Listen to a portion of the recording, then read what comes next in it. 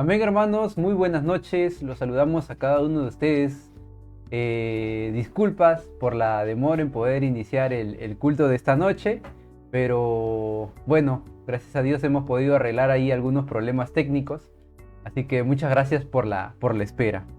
El día de hoy nos toca hablar acerca del capítulo 37 del libro de Génesis, bastante conocido también. Vamos a estar hablando acerca del momento en el que José es vendido, ¿no? El hijo favorito es vendido por sus hermanos. Amén. Y para poder comenzar la charla de esta noche, vamos a cerrar nuestras vistas y poder encomendarnos a nuestro Señor para que Él sea dándonos todo ese alimento espiritual que nosotros necesitamos como hijos suyos. Cerramos nuestras vistas. Oh Señor, gracias te damos, porque Señor, nada se mueve si no es por tu voluntad. Señor, tú eres el que nos permite poder estar aquí. Señor, tú eres el que nos permite el que todo fluya acorde para que podamos realizar estas transmisiones, Señor. Sin ti nada somos, Señor, y nos encomendamos en esta noche a ti para que podamos ser guiados y enseñados, Señor, por tu maravillosa palabra. Te damos gracias porque tú también, Señor, permites que nosotros podamos estar aquí, que podamos organizar adecuadamente nuestro tiempo y nuestros quehaceres en el hogar, Señor, para que podamos darte este tiempo para ti, Señor. Te pedimos de igual forma por todos los hermanos que aún faltan conectarse, Señor. Sé tú abriendo, Señor, el camino para que ellos puedan estar presentes, conectados y poder escuchar esta transmisión, Señor. Te damos gracias y te pedimos esto en el nombre de tu Hijo amado Jesús. Amén, amén y amén. Bien, entonces vamos a comenzar con este relato. Vamos a estar hablando acerca de todo el capítulo 37. Y creo yo que lo conocemos bastante ya, ¿no? Vamos a comenzar leyendo por tramos, por grupos de versículos, y vamos a estar hablando acerca de esta historia. Vamos a leer primero el versículo 1 hasta el 4. Dice: habitó Jacob en la tierra donde había morado su padre, en la tierra de Canaán.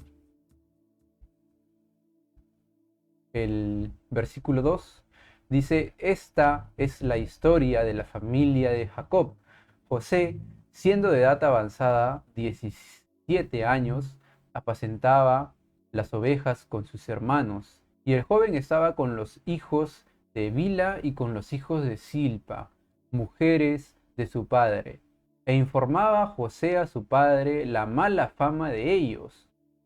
Y amaba Israel a José más que a todos sus hijos, porque lo había tenido en su vejez, y le hizo una túnica de diversos colores. Y el 4 dice: y viniendo sus hermanos, y viendo sus hermanos que su padre lo amaba más que a todos sus hermanos, le aborrecían y no podían hablarle pacíficamente. Amén. Entonces, estos primeros versículos nos ubican un poco ya en el contexto y nos dan a ver un poco sobre lo que se va a tratar el capítulo, ¿no? Ya vamos a empezar a dejar a Jacob de lado como personaje principal de la historia hasta este capítulo de Génesis, y vamos a comenzar a ver la historia de José, ¿no? Bastante importante también. Y eso es lo que nos dice estos primeros versículos, ¿no? Así comienza esta historia de vida que también es bastante notable en la Biblia. Vemos o vamos a poder ver en este capítulo que José fue amado, pero también a la vez fue odiado, ¿no? Fue favorecido, pero a la vez también fue abusado. Fue humillado, pero a la vez también fue exaltado. Sin embargo, nosotros vamos a poder ver que en ningún momento de su vida José va a renegar de Dios o va a separarse de la voluntad de Dios, ¿no? La adversidad no hizo que su carácter se endurezca, que es lo que normalmente podría suceder con cualquiera de nosotros, ¿no? La adversidad comúnmente nos hace duros de corazón, pero vemos que esto fue todo lo contrario para José, ¿no? Él era el mismo eh, a lo largo de toda su vida, incluso mucho mejor con respecto a la fe y la confianza en Dios. Vemos también que la palabra o estos primeros versículos nos demarcan bastante de que Israel, eh, Jacob, amaba en demasía a José, ¿no? Que era el hijo favorito de Jacob. Era el hijo favorito porque lo había tenido en su vejez, ¿no? Y estos capítulos destacan bastante y nos ponen en conocimiento este hecho que nosotros podemos deducir y ver también que va a traer problemas con respecto a sus hermanos, porque incluso vemos y leímos que sus hermanos tenían tanto odio hacia José por ser el hijo favorito que no podían hablarle pacíficamente. O sea, que cada vez que José les dirigía la palabra, yo me imagino que ellos pues le gritaban o renegaban de él o cosas por el estilo, ¿no? Entonces vemos claramente el favoritismo de Jacob hacia José. Y era evidente, ¿no? Era evidente tanto para el mismo José como para sus hermanos, ¿no? José se daba cuenta de que su padre lo quería más a él y sus hermanos también se daban cuenta claramente de que su hermano menor era el más querido, ¿no? Eh, y pues nosotros vemos, ¿no? Que José pues era como que el típico personaje o el típico joven que acusaba, ¿no? El que quizás o las personas que tienen hermanos pueden quizás un poco caer en cuenta de esto, de que José era el típico hermano que siempre como que acusaba, ¿no? Señalaba y decía las cosas malas que hacían los demás, ya sea para quedar bien ante el padre o la madre, ¿no? Porque incluso la palabra dice que él daba cuentas, ¿no? De las cosas malas que hacían sus hermanos hacia su padre.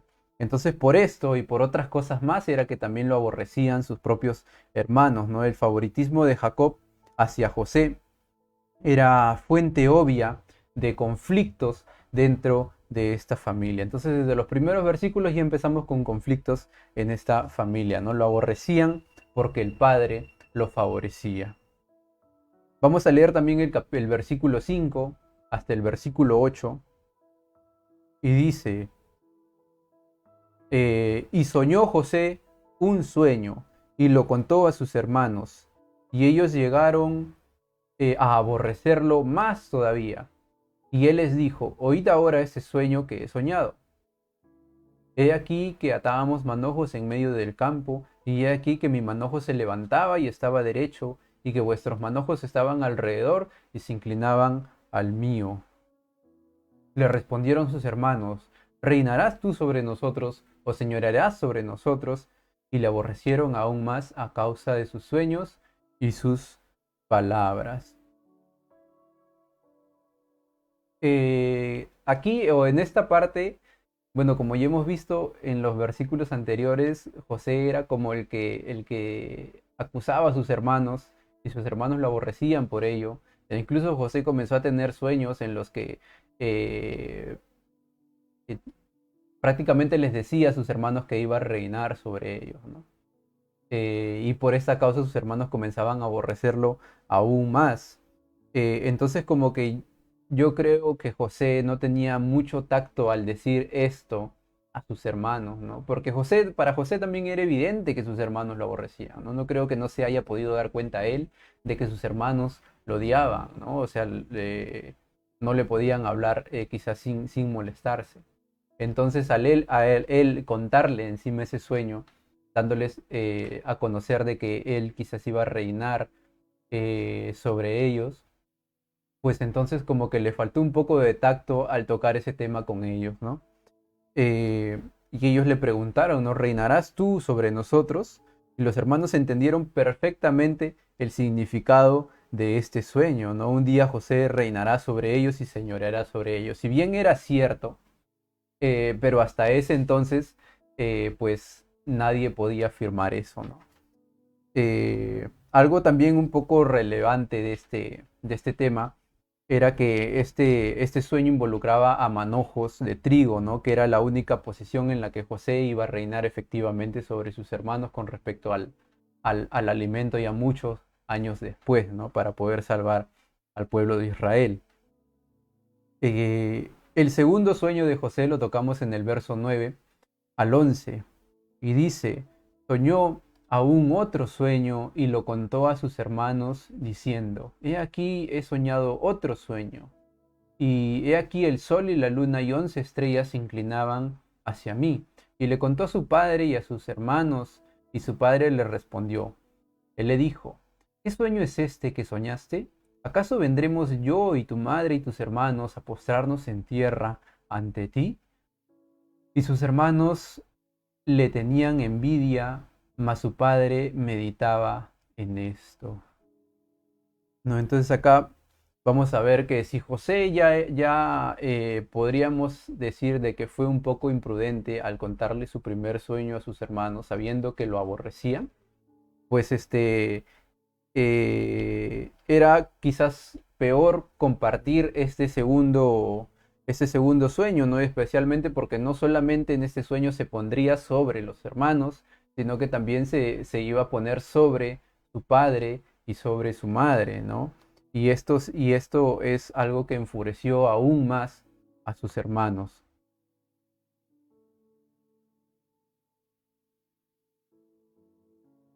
Con respecto a la pregunta que le hizo Jacob a José, de ¿acaso vendremos yo y tu madre y tus hermanos y nos pondremos en tierra ante ti? Eh, en esta parte, pues vemos que en respuesta a esto su padre se queda meditando, ¿no? Obviamente, Jacob ya tenía más experiencia con Dios, ya tenía, quizás él había forjado su fe y su confianza en Dios a lo largo de todos los años que habían y todas las situaciones que habían transcurrido anteriormente. Y el hecho de que él se molestara, pues iba a ser algo negativo, ¿no? Por eso la Biblia dice de que Jacob meditaba en eso, porque quizás él se ponía a pensar en que los sueños de su hijo tenían algo que ver con el futuro de las generaciones que iban a venir, ¿no? Comenzaba a meditar en esto porque él sabía que todo lo que sucedía tenía que ser conforme a la voluntad de Dios y él ponía sus esperanzas en él. Por eso es que Jacob hasta en este momento pues meditaba en esto. Él no se negó quizás o se llenó de orgullo al decir, pero no, como tú, siendo mi hijo menor, vas a reinar sobre mí, o cómo yo me voy a postrar junto a tu madre ante ti, siendo tú nuestro hijo, ¿no? Él no se puso en esa posición. El verso 12 al 17, siguiendo con la historia, dice, después fueron sus hermanos a apacentar las ovejas de su padre en Siquén. Y dijo Israel a José, tus hermanos apacientan las ovejas en Siquén, ven y te enviaré a ellos. Y él respondió, heme aquí. Israel le dijo, ve ahora, mira cómo están tus hermanos y cómo están las ovejas, y tráeme la respuesta. Y lo envió del valle de Hebrón y llegó a Siquén. Y lo halló un hombre, andando él errante por el campo, y le preguntó a aquel hombre diciendo, ¿qué buscas? José respondió, busco a mis hermanos, te ruego que me muestres dónde están apacentando. Aquel hombre le respondió, ya se han ido de aquí, y yo les oí decir, vamos a Dotán. Entonces José fue tras de sus hermanos y los halló en Dotán. Esto es lo que vemos en estos versículos. Entonces, nuevamente vemos acá que seguía lo mismo, ¿no? La misma acción que hacía Jacob con José, de enviar a investigar que sus hermanos no estén haciendo quizás alguna cosa mala, pues nuevamente lo envía, ¿no? Para Jacob también quizás incluso era notable de que sus hermanos no estaban contentos con José, ¿no? O que quizás no podían estar apacibles con él. Pero aún así Jacob insistía en que José fuera y el que dé cuenta de lo que hacían sus hermanos, ¿no? De las cosas que hacían sus hermanos. Y en esta oportunidad él hace lo mismo, ¿no? Lo manda a ver a sus hermanos que estaban en Siquén. Y podríamos decir que, bueno, Jacob se preocupó por sus hijos, porque Siquén pues era un lugar donde esta familia había sido influenciada y perjudicada por influencias mundanas, ¿no? Por, por tener otros dioses, por idolatría, por todos los ritos y cultos que hacían en ese lugar. Y por eso también temía a Jacob, ¿no? Por sus hijos, y por eso es que mandó a José, para ver que no hagan nada malo, nada indebido. En los siguientes versículos, del 18 al 22, dice: cuando ellos lo vieron de lejos, o sea, sus hermanos, cuando ellos lo vieron de lejos, antes que llegara cerca de ellos, conspiraron contra él para matarle. El verso 17 dice: y dijeron el uno al otro: he aquí viene el soñador. Imagino yo de forma despectiva, ¿no? El soñador. Ahora pues, venid y matémosle y echémosle a una cisterna y diremos: alguna mala bestia lo devoró, y veremos qué será de sus sueños. Cuando Rubén oyó esto, lo libró de sus manos y dijo: no lo matemos. Y les dijo Rubén: no derraméis sangre, echadlo en esta cisterna que está en el desierto, y no pongáis mano en él por librarlo así de sus manos, para hacerlo volver a su padre. Aquí vemos que no es difícil ver quizás lo un poco imprudente que era José en ese entonces, ¿no? Para contar esos sueños que tenía, de la forma en que lo hizo frente a sus hermanos y a sus padres directamente, y eso hizo que sus hermanos lo odiaran aún más de lo que ya lo odiaban antes de los sueños, y ellos comenzaron a llamarlo, pues, despectivamente, el soñador, ¿no? Vemos también que esos sueños, o por causa de esos sueños, ellos deciden derrotarlos, por decirlos, tirarlos abajo, porque dijeron: no, vamos a ver ahora qué será de sus sueños. Tirar esos sueños abajo con el hecho de maquinar asesinarlo, ¿no? Matarlo. Eh, Ponen esos sueños sin querer, quizás ellos sin saber, ponen esos sueños como que en una última prueba, ¿no? Si los sueños, aún ellos haciéndole ese mal a José, se hacían realidad, es porque eran de Dios, ¿no?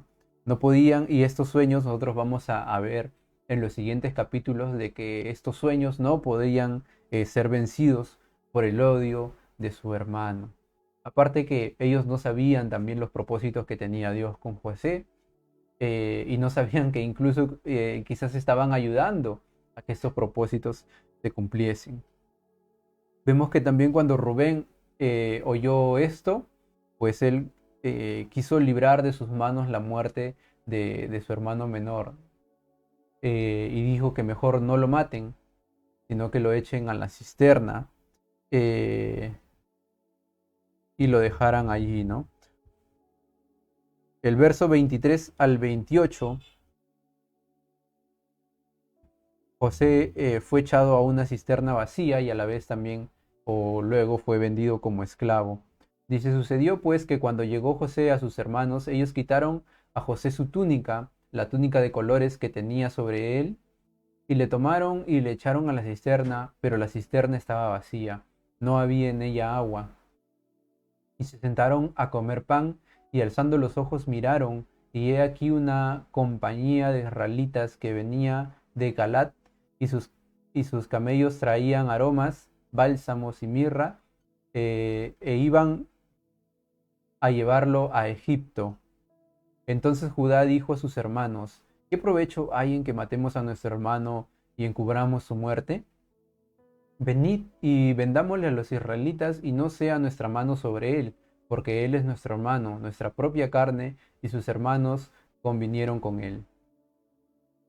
Cuando pensaban los y cuando pasaban los madianitas mercaderes, sacaron ellos a José de la cisterna y le trajeron arriba, y le vendieron a los ismaelitas por 20 piezas de plata, y llevaron a José a Egipto. Hemos leído hasta el verso 28. La túnica de colores que le despojaron a José, pues era una señal de ser el favorito de su padre, ¿no? Los hermanos quizás deben haber tenido un placer perverso al despojarlo de esa ropa que quizás a ellos le tenían cólera, y a José le debió haber dolido tanto el hecho de despojarse de esa prenda que había sido regalada por su padre, con tanto amor, con tanto cariño, siendo él el favorito, ¿no? Y dice incluso que después de haberlo metido a la cisterna, lo despojaron de su prenda y lo metieron a la cisterna, ellos se sentaron a comer, ¿no? O sea, si nos ponemos a pensar en esa situación, este carácter que tenían estos hermanos, odiaban tanto a José que después, o sea, podían comer tranquilamente después de meter a su hermano en la cisterna. Y ahora nosotros no vamos a pensar de que José quizás dijo, ya, pues me meten a la cisterna y estoy aquí esperando a ver qué sucede. No, sino que José estaba quizás pidiendo por favor que lo sacaran de allí, ¿no? Pidiéndoles que lo saquen, que no sé, rogándoles de que se apiaden de él para que puedan sacar mientras ellos estaban comiendo tranquilamente. Vemos aquí este odio o quizás esta perversidad o este endurecimiento de corazón que tenían sus hermanos para poder estar comiendo tranquilamente mientras José les rogaba por su vida, ¿no? Eh, Incluso si nosotros vemos más adelante en este mismo libro de Génesis, el verso 42, aquí lo tengo, describe la cantidad o la grandeza del pecado que estaba sucediendo en este hecho, ¿no? Este pasaje dice que uno de los hermanos dijo lo siguiente, dice, verdaderamente hemos pecado contra nuestro hermano, pues vino la angustia de su alma cuando nos rogaba y no lo escuchamos. Por eso ha venido sobre nosotros esta angustia. Cuando José fue echado en el pozo, entonces nosotros vemos que aquí él suplicó en realidad. Este verso 42 ya es años después cuando vuelven a encontrarse con él. No quiero adelantar mucho, pero este verso deja en evidencia de que el remordimiento del corazón que sintió uno de sus hermanos y lo compartió obviamente con los demás, deja notar que en este momento en realidad José suplicaba por su vida y ellos no le hicieron caso en absoluto, ¿no? Él suplicaba a sus hermanos por esto, pero no le hicieron caso a sus gritos mientras ellos estaban comiendo. Y es fácil quizás poder calcular, ¿no? Cuánto demora quizás llegar el grito de José dentro de la cisterna, el poder llegar hacia los oídos de los hermanos, ¿no? Yo me imagino que pueden ser pues menos o décimas de segundo, pero en realidad tuvieron que pasar 22 años para que aquel grito pasara desde sus tímpanos hacia sus corazones. Tuvieron que pasar 22 años para que este pesar o esta angustia de haber hecho lo que hicieron con su hermano llegue a sus corazones y le cause un remordimiento genuino. Tuvieron que pasar muchos años para esto. Y esta en realidad es una demostración eh, bastante explícita de la depravación humana, ¿no? Del endurecimiento de corazón, porque así como sucedió esto ya muchos años atrás, pues no ha sido la última, ¿no? En estos tiempos nosotros vemos muchos casos, quizás no iguales, pero similares en los que familias, pues, o quizás madres, eh, matan a sus hijos o entre esposos. Hay tantos casos que suceden en estos tiempos que en realidad podemos darnos cuenta de la dureza del corazón en estos tiempos, ¿no? Tanto hace miles de años como en estos tiempos, el corazón se puede endurecer a tal punto, ya sea por odio, ya sea por resentimiento, ya sea por envidia, se endurece a tal punto que podemos llegar a presenciar este tipo de situaciones. Entonces por eso hay que tener bastante cuidado con las rencillas, con los celos, con la envidia, con todas estas cosas que contaminan en realidad nuestro corazón como cristianos. Luego nosotros podemos ver, o lo hemos leído, que los hermanos sacaron a José de la cisterna y le trajeron arriba, dice, y le vendieron a los ismaelitas por 20 piezas de plata. ¿No? No sabemos, o al menos yo, no sé si en este verso, no sé si pensar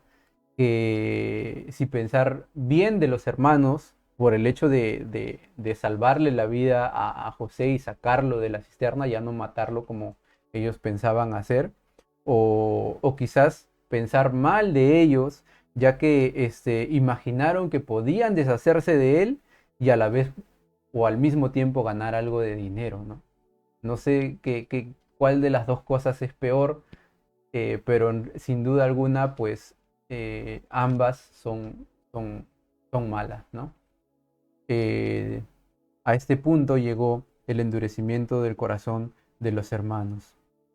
Incluso dice que solamente para ellos lo único que valía su hermano eran 20 piezas de plata, ¿no?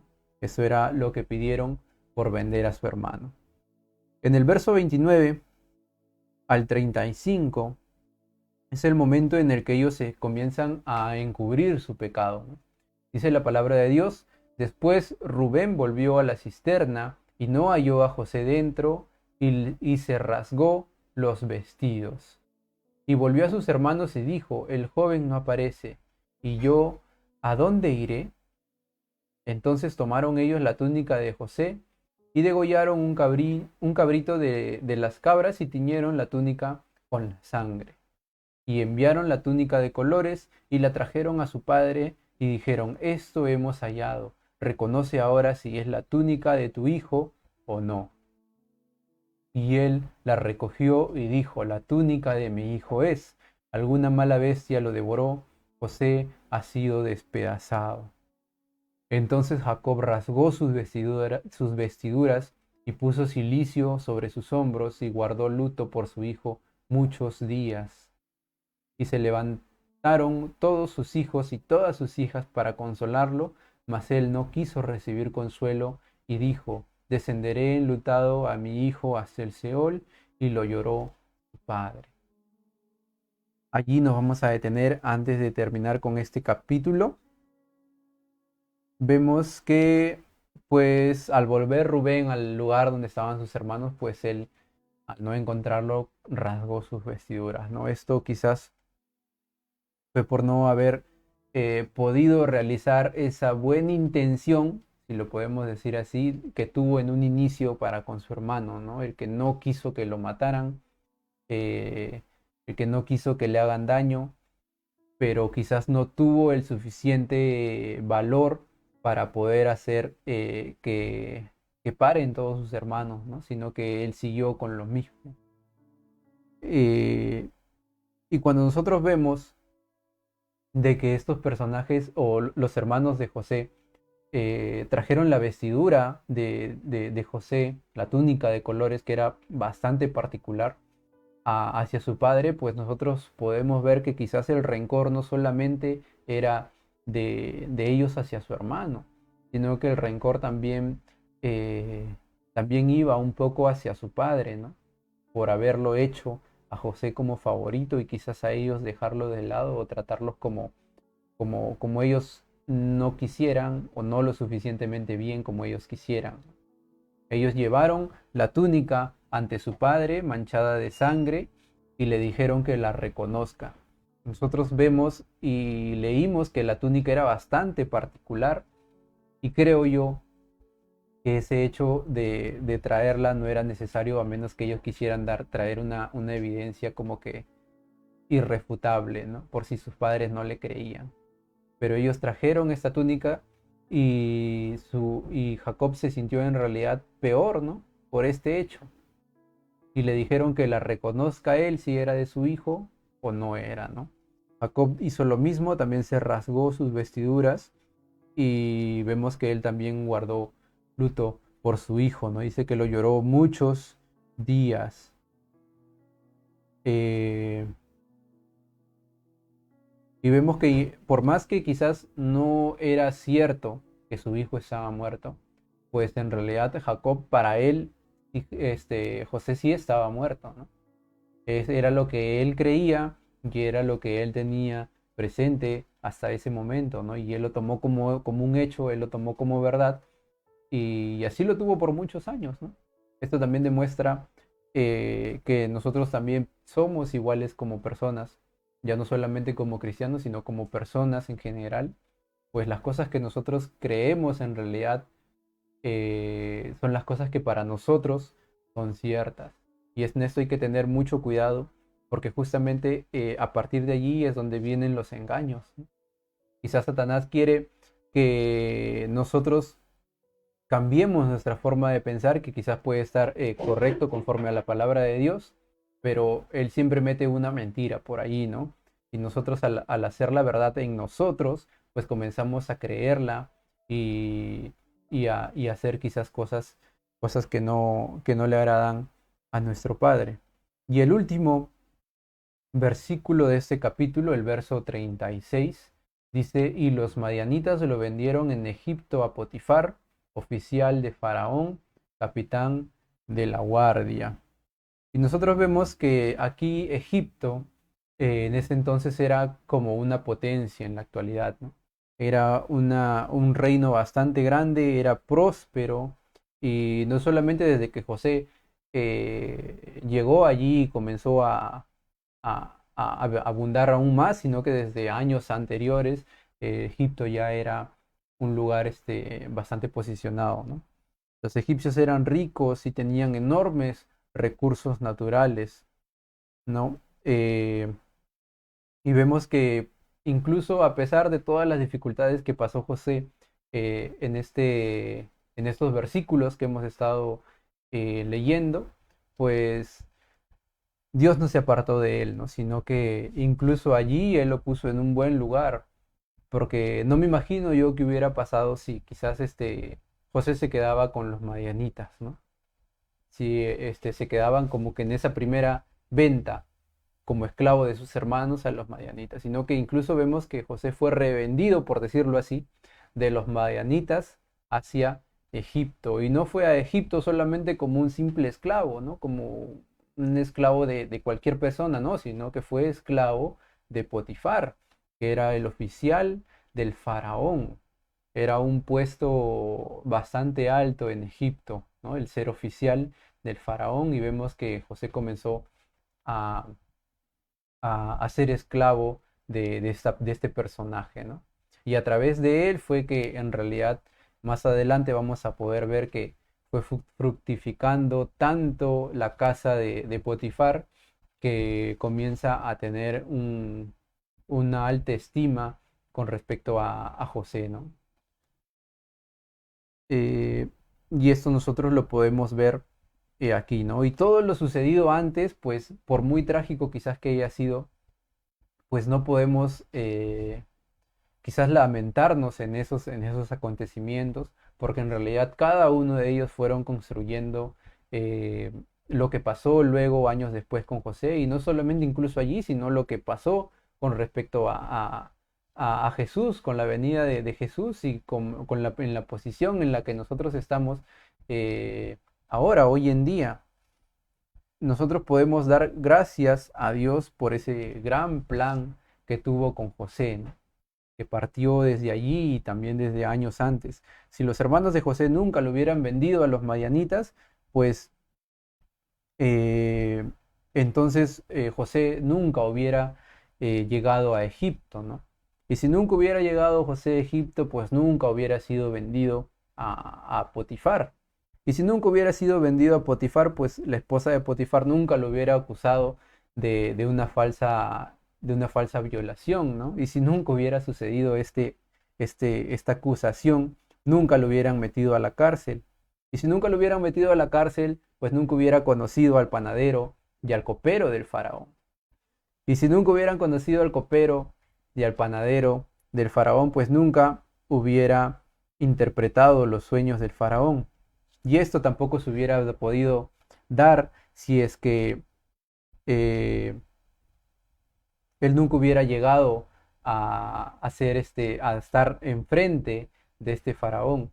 Y todos los acontecimientos que vienen sucediendo que fue el segundo después del faraón, hasta llegar al punto en el que pueda leer o puede interpretar sus sueños y pueda salvar así el pueblo de su padre. Pues todo esto no hubiera sido dado si es que no hubieran ocurrido en estos primeros versículos todos estos atentados ante José. Y todo esto se construye para un plan propósito que es la venida de nuestro Señor Jesucristo. Entonces nosotros todo lo que sucede en la Biblia debemos de siempre ponerlo en una perspectiva, o en esa perspectiva, ¿no? De la venida de nuestro Señor Jesucristo. ¿Para qué? Para salvación de cada uno de nosotros. Entonces todos estos hechos no debemos de tomarlos quizás como malos, o como que desearíamos que no hubieran pasado, porque todo esto apunta a nuestra salvación. Y esto es lo que vamos a ver hasta aquí en esta noche. Ya en las próximas prédicas vamos a seguir hablando acerca de más historia acerca de José. Con este capítulo hemos comenzado, quizás hemos dejado de lado quizás un poco a Jacob, y hemos comenzado a tener a José como personaje principal de la historia. Amén, hermanos. Vamos a dar gracias a Dios entonces por su maravillosa palabra, cerrando nuestras vistas y orando brevemente. Oh Señor, gracias te damos por tu maravillosa palabra en esta noche, Señor. Tú nos haces aprender cada día más y más de tu maravillosa palabra, Señor. En este libro de Génesis ya nos encontramos, Señor, en el capítulo 37. Hemos tenido un largo recorrido, Señor, del estudio de este libro, pero tú aún tienes enseñanzas que poder darnos, Señor. Todavía tienes cosas que nosotros podemos rescatar para nuestra vida personal, Señor, y para poder mejorar nuestro actuar como cristianos. Te damos gracias por ello, Señor, porque tú nos bendices día a día, no solamente con ese alimento espiritual, sino con el sustento de nuestra familia y de cada uno de tus hijos, Señor. Te damos gracias por estos momentos y te pedimos todo esto en el nombre de tu Hijo amado Jesús. Amén, amén y amén. Amén, hermanos. Ahora vamos a dar los saludos a todas las personas que han estado conectados con nosotros en esta noche. Desde aquí, bueno, agradecemos a toda la familia pastoral, que es la que nos motiva día a día el poder estar haciendo estas reuniones y nos brinda las facilidades para ello. A la familia Limante Velázquez, a la familia Correa Zapata, a nuestro hermano Mark, también y a nuestro hermano Christopher. Muchos saludos a nuestra hermana Elga Requelme, a Cintia Godoy, a Lucero Matos, a Miriam Vivanco, a la familia Godoy Reyes, a la familia Marcos, a la familia Barrientos Vega, a la familia Jennifer Ariza, a Roxana Torpoco y toda su familia. Y bueno, acá tenemos una petición de oración por su esposo que está hospitalizado, nuestra hermana Roxana Torpoco. Así que vamos a tenerlo allí presentes en nuestras oraciones. A la familia también Correa Gamboa, a la familia Velázquez y Fuentes, a nuestro hermano Johnny Saldarriaga, a la familia Vargas Correa y a la familia Rincón Correa. Muchas gracias, hermanos, por dar de su tiempo para poder estar aprendiendo más de la palabra, y el Señor va a ser bendiciéndolos cada uno de ustedes conforme a sus riquezas en gloria. Bien, hermanos, con esto terminamos la transmisión del día de hoy. Nos estamos viendo el día miércoles a las 8 p.m. Bendiciones, hermanos.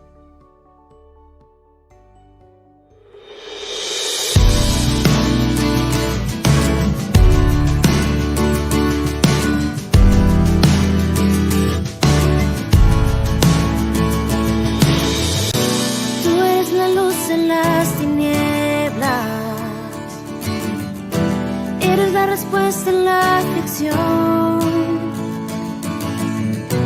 Tú eres la calma en la tormenta. Eres la esperanza en el dolor. Y yo no temeré, tu voz escucharé. Mi espada siempre es tu verdad.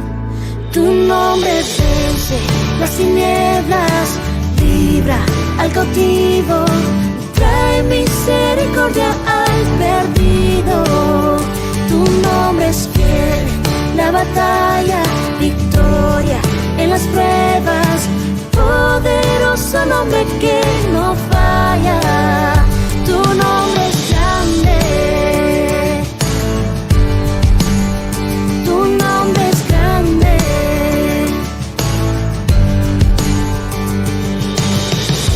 Sé que tu palabra nunca falla, sé que la esperanza en ti está. Y sin importar la circunstancia, tu promesa permanecerá. Y yo no temeré, tu voz escucharé, mi espada siempre es tu verdad. Tu nombre vence las tinieblas, libra al cautivo, trae misericordia al perdido. Tu nombre es fiel en la batalla, victoria en las pruebas, poderoso nombre que no falla. Tu nombre es grande, tu nombre es grande. Con tu voz la tierra tiembla, por tu luz huye en tinieblas. Poderoso es tu nombre, a una voz tu iglesia canta, a una voz tu pueblo clama. Poderoso es tu nombre, con tu voz la tierra tiembla, por tu luz huye en tinieblas. Poderoso es tu nombre, a una voz tu iglesia canta, a una voz tu pueblo clama. Poderoso es tu nombre, tu nombre vence las tinieblas, libra al cautivo, trae misericordia al perdido. Tu nombre es fiel en la batalla,